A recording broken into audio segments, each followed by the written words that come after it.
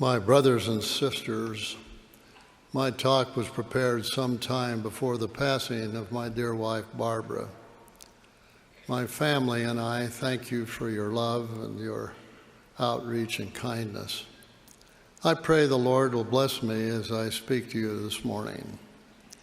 In October 1918, 100 years ago, President Joseph F. Smith received a glorious vision.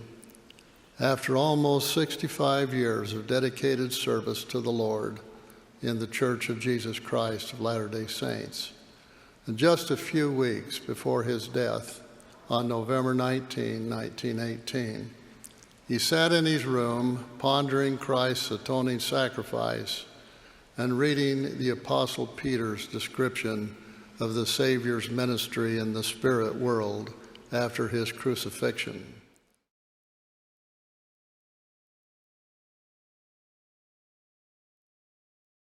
He recorded, "As I read, I was greatly impressed.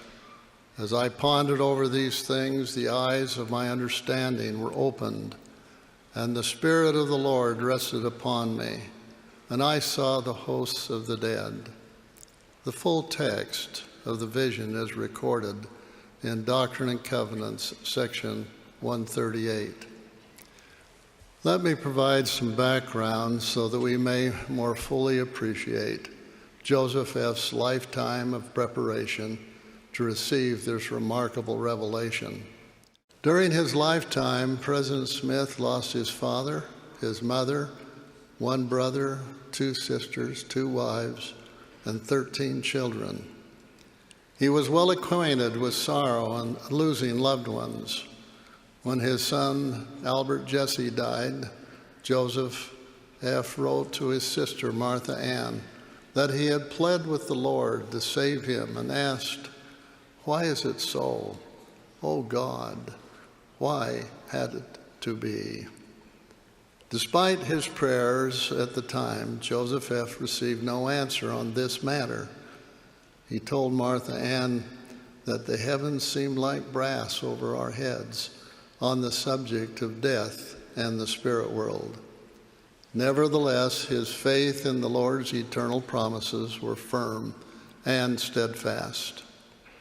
In the Lord's due time, the additional answers, comfort, and understanding about the spirit world he sought came to President Smith through a marvelous vision he received in October 1918. That year was particularly painful for him.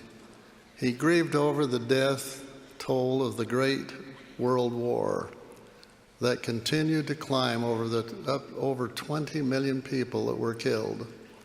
Additionally, a flu pandemic was spreading around the world, taking the lives of as many as 100 million people.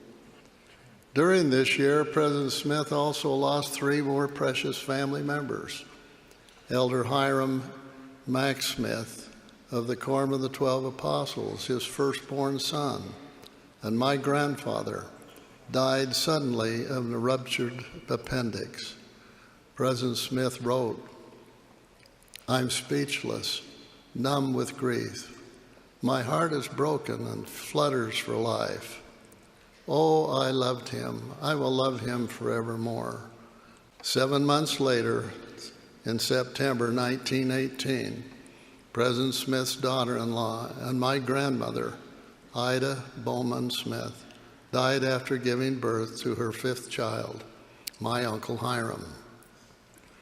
And so it was on October 3rd, 1918, having experienced intense sorrow over the millions who had died in the world through war and disease, as well as the deaths of his own family members, President Smith received the heavenly revelation known as the vision of the redemption of the dead.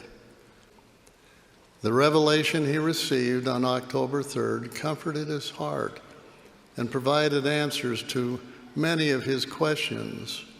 We too can be comforted and learn more about our own future when we, and our loved ones die and go to the spirit world by studying this revelation and pondering its significance in the way we live our lives each day. Among the many things President Smith saw was the Savior's visit to the faithful in the spirit world after his own death on the cross.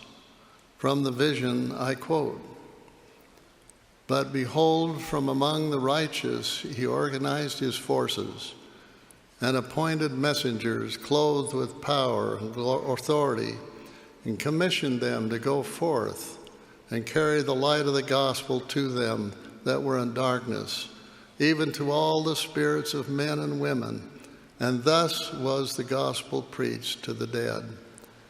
These were taught faith in God, repentance from sin, vicarious baptisms and remission for sins, the gift of the Holy Ghost by the laying on of hands, and all other principles of the gospel that were necessary for them to know in order to qualify themselves, that they might be judged according to men in the flesh, but live according to God in the Spirit.